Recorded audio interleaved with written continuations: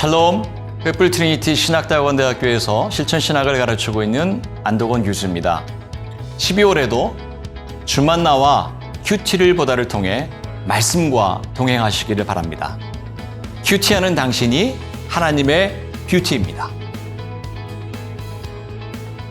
안녕하세요. 주만나 디렉터 최범재 목사입니다. 주만나 12월호 본문 세미나를 시청하시는 분들 주님의 이름으로 환영하고 축복합니다. 이번 12월에는요. 요한 1서, 요한 2서, 요한 3서, 그리고 요한 계시록을 다루도록 하겠습니다. 먼저 12월을 여는 글 보겠습니다. 영국 브리스틀 고아원 원장이자 기도의 사람으로 잘 알려져 있는 조지 뮬러 목사님의 글입니다. 믿음은 가능성의 영역에서는 작동하지 않는다. 인간적으로 가능한 일에서는 하나님께 영광이 돌려지지 않는다.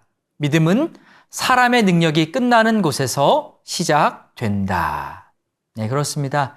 믿음은 인간적인 생각을 뛰어넘습니다. 믿음은 사람의 능력이 끝나는 곳에서 시작되고 또 이러한 믿음을 우리가 가질 때 하나님께서 영광을 받으시는 것이죠. 히브리서 1장 1절과 2절 읽어보겠습니다. 믿음은 바라는 것들의 실상이요 보이지 않는 것들의 증거니 선진들이 이로써 증거를 얻었느니라. 아멘. 성도 여러분, 보이지 않는 것들의 증거이자 바라는 것들의 실상인 믿음을 더욱 굳건히 하시길 바랍니다. 믿음을 굳건히 하시려면요, 날마다 하나님의 말씀을 가까이 하셔야 돼요. 믿음은 들음에서 나거든요. 그러므로 주만나와 함께 12월에도 말씀을 가까이 하셔서 더 굳건한 믿음을 소유하시길 주님의 이름으로 축복합니다. 네, 이제 요한일서 본문으로 들어가 보도록 하겠습니다. 요한일서의 저자는 요한입니다. 예수님의 제자 요한입니다. 물론 요한일서 자체에는요, 요한이 기록했다는 언급이 전혀 없어요. 그런데 초대 교회사를 보게 되면 사도 요한이 요한일서를 기록했다고 일관되게 인정하고 있습니다. 요한은 예루살렘 멸망 직전에 예루살렘을 떠나 에베소와 그 인근에서 사역을 했다고 전해집니다. 그래서 수신자는 요한이 돌보고 사역했던 소아시아 지역의 여러 교회들인 것입니다.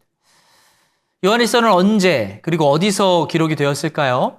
대부분의 학자들은 주후 95년에 일어난 도미티안 황제의 핍박에 대한 언급이 요한일서에는 없기 때문에 그 이전에 기록된 것으로 봐야 한다고 주장합니다. 주 95년 이전 정도의 기록이 된 거죠. 그리고 기록 장소는 요한이 주로 사역했던 에베소 지역일 것으로 추정이 됩니다. 요한일서의 주제는요, 두 가지입니다. 먼저는 하나님과의 사귐, 그러니까 하나님과의 교제가 큰 주제예요. 그리고 또 다른 주제는 사랑입니다. 요한일서를 보면 이 사랑이라는 단어, 아가페라는 단어가요, 35번이 넘게 나옵니다. 5장이라는 이 짧은 내용 안에 사랑이라는 단어가 35번 넘게 나오는 건요, 그만큼 요한이 사랑을 강조하고 있다는 것입니다. 제롬이라는 초대교회의 한 저술가는 요한에 대해서 다음과 같은 이야기를 전해줍니다. 요한은 나이가 많이 들어서도 에베소 교회를 지도했는데 그가 너무 늙어서 사람들이 옆에서 그를 부축해 주어야 했을 정도였습니다. 사람들은 이 위대한 사도로부터 말씀 듣기를 갈망했는데 그때 그는요, 자녀들아 서로 사랑하라는 말만 되풀이했다고 합니다. 그래서 사람들이 그에게 왜 같은 말만 되풀이하느냐고 묻자 요한은 내가 그렇게 되풀이하는 이유는 이것이 바로 주의 명령이기 때문이다. 서로 사랑하면 그것으로 충분하다라고 대답했다고 하죠. 그래서 요한을요, 사랑의 사도로 부르는 것입니다. 성경을 만나다라는 책에 있는 내용입니다. 사랑을 다룬 요한의 서신을 성경의 끝부분에 배치한 것은 적절한 것 같다.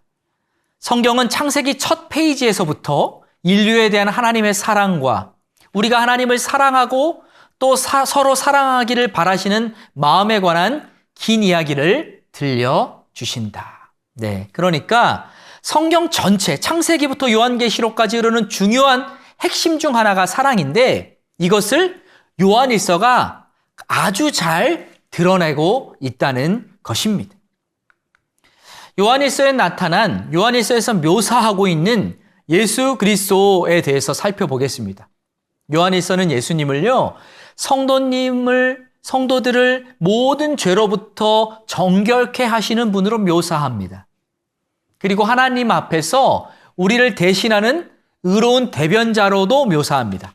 그러니까 요약하면 요한일서는 예수 그리스도께서 우리를 깨끗하게 하시고 또 하나님 앞에서 우리를 위해 대변하시는 그런 분으로 묘사하고 있다는 것입니다. 중보자이자 대변자이신 예수 그리스도를 강조하는 거예요. 요한일서의 핵심 구절은 1장 3절과 4절인데요. 우리 함께 읽어보겠습니다. 우리가 보고 들은 바를 너희에게도 전함은 너희로 우리와 사귐이 있게 하려 함이니 우리의 사귐은 아버지와 그의 아들 예수 그리스도와 더불어 누림이라. 우리가 이것을 쓰면 우리의 기쁨이 충만하게 하려 함이라. 아멘. 네.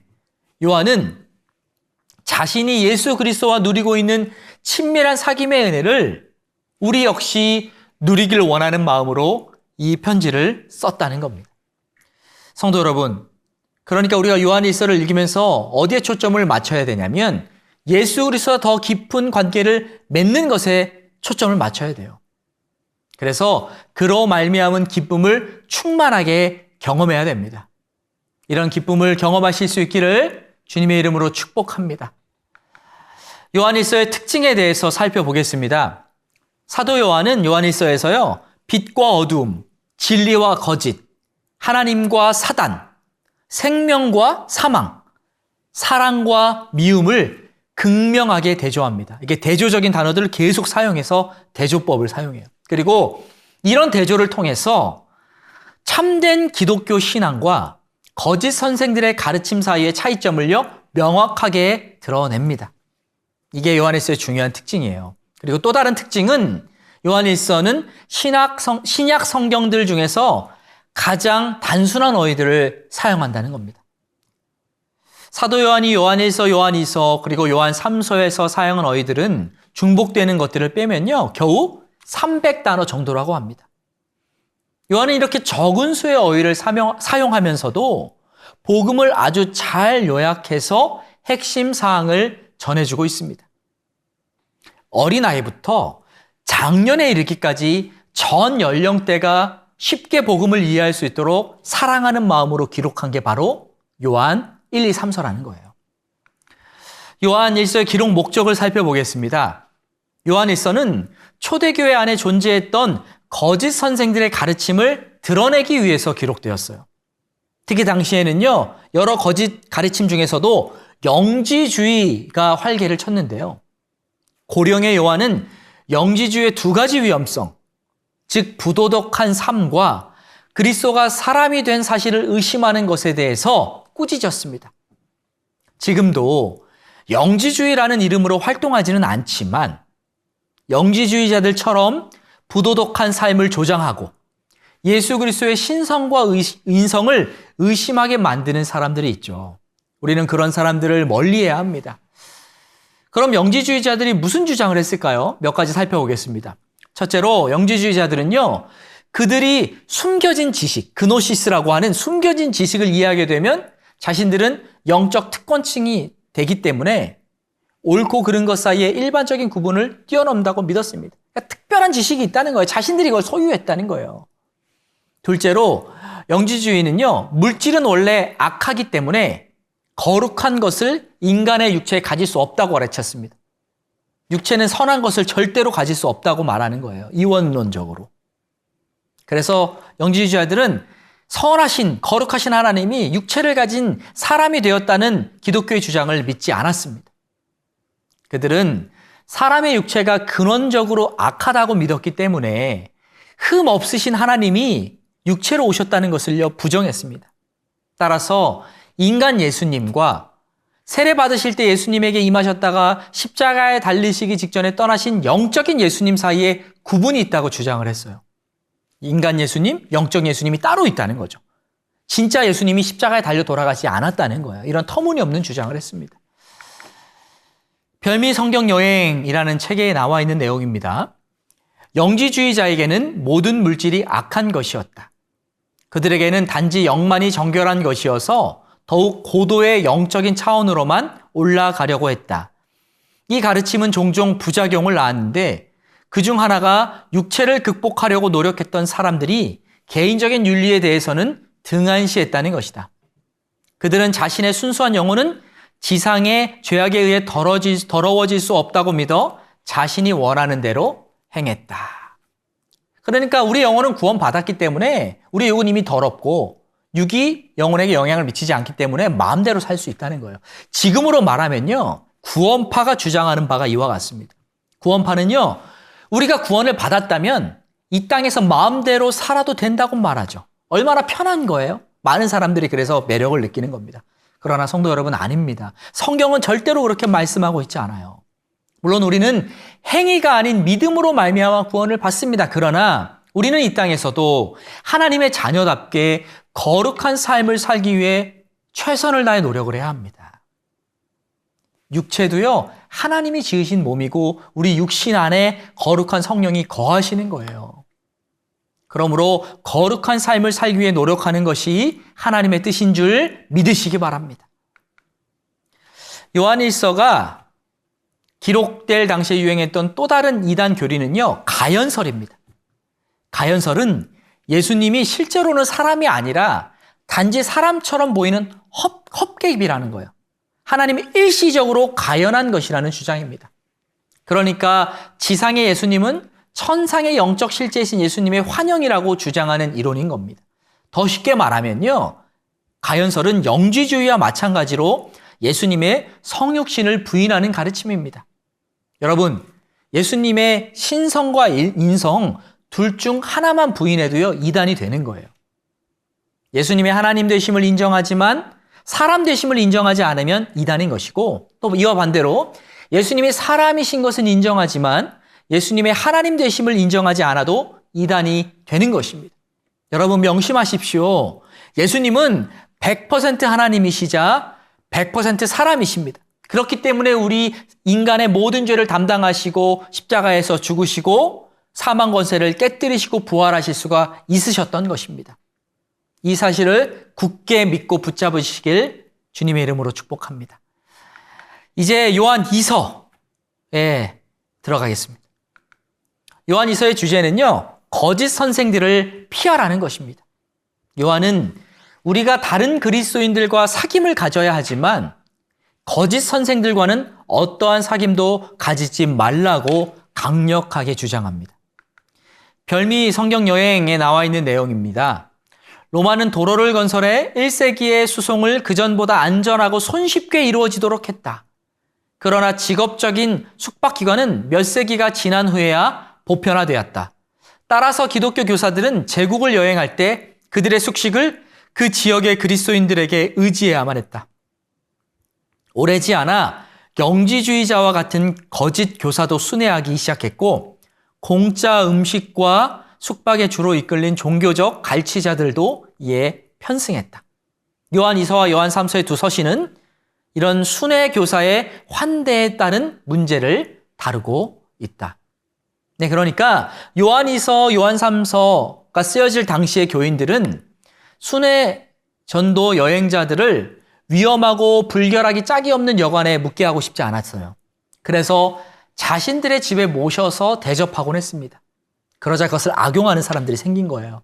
그렇게 대접한 지 얼마 되지 않자 교회 안에 자신들도 대접을 받고 싶으니까 복음이 아니라 대접에 관심이 있는 거죠. 그래서 거짓 선생들이 나타나기 시작했습니다. 그들은 순회 전도자들의 행동을 흉내내면서 이 교회, 저 교회를 방문했습니다. 그러면서 음식을 대접받고 또 거짓된 교리를 전파하고 본래의 복음을 왜곡시켜서 혼란과 불화를 조장했습니다. 그러니까 이들은 진리가 아니라 교인들이 대접하는 잠자리와 음식을 탐했던 것입니다. 사태가 이렇게 되자 이런 사람들을 어떻게 대해야 하는가라는 문제가 제기된 거죠. 그들에게 역시 환대를 베풀어야 할까라는 문제가 사람들 사이에서 막 일어나기 시작한 거예요.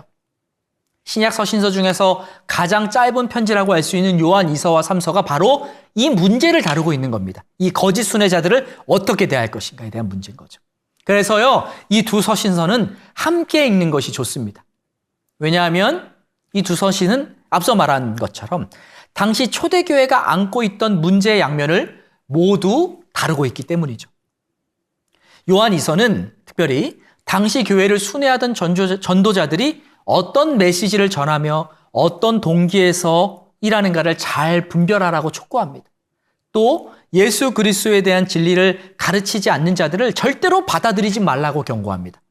그러니까 모든 순회자들을 다 믿고 받아들이는 것이 아니라 진리로 분별하라는 거예요. 반면에 요한 3서는 가이오라는 사람이 참된 기독교 선생들을 영접하여 환대한 것을 두고 그를 극구 칭찬하고 있습니다.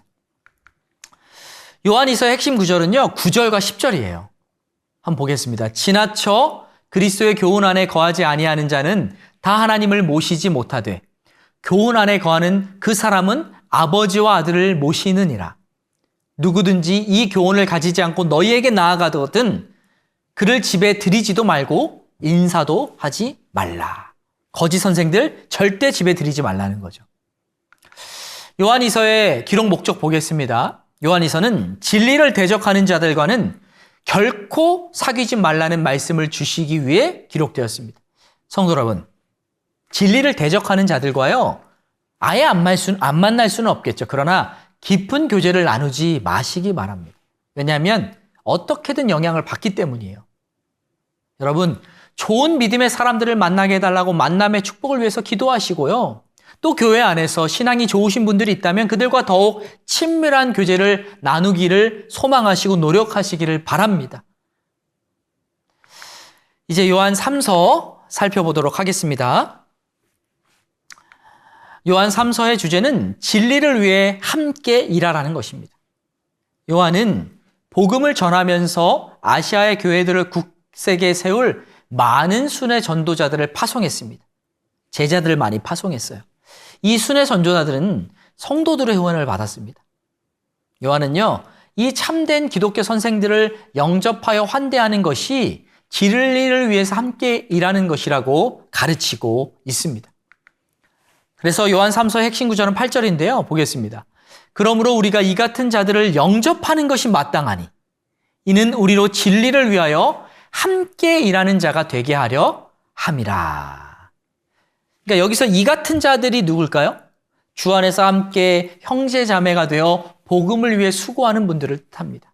여러분, 우리는 특별히 믿음의 지체들을 환대해야 되고요. 복음을 위해서 수고하시는 분들을 적극적으로 섬겨야 합니다. 우리가 주님의 마음으로 우리 지체들을 섬기고 복음을 위해 수고하는 분들을 환대할 때 주님께서 그 모든 환대와 섬김을 지켜보고 계십니다. 그리고 기뻐하시고 더 좋은 곳으로 채워주실 줄 믿습니다. 요한 3서 기록 목적 살펴보겠습니다. 요한 3서는 참된 기독교 선생들을 영접하여 환대하라고 권면하기 위해서 기록되었어요. 그리고 요한 3서는 진리를 선포하는 자들과의 관계에 초점을 두고 있습니다. 마지막으로 사도 시대가 끝나던 시점에 교회 안에 있었던 어려움에 대해서 유익한 통찰력을 주기 위해서 기록이 되었습니다. 이게 바로 요한 3서라는 거예요. 이런 사실을 가지고, 이런 지식을 가지고 요한 3서를 읽으면 조금 더 쉽게 이해하실 수 있을 겁니다. 네, 이제 성경의 마지막 책인 요한계시록을 살펴보겠습니다. 요한계시록의 저자는 요한 1, 2, 3서와 마찬가지로 사도 요한입니다. 요한은요, 그리스도의 복음을 증거하다가 로마 정부에 체포되어서 에게해에 있는 조그맣고 황량한 반모섬으로 유배를 당하게 되는데요. 바로 이때 요한계시록을 기록한 겁니다. 1장 9절이 이것을 증언하고 있는데 이렇게 써있죠. 나 요한은 너희 형제요 예수의 환난과 나라와 참음에 동참하는 자라. 하나님의 말씀과 예수를 증언하였으므로 말미암아 반모라 하는 섬에 있었더니. 그러니까 요한은 예수님을 증언하다가 반모라는 섬에 갇혀 있을 때 환상과 계시를 받아서 요한계시록을 기록한 거라는 겁니다.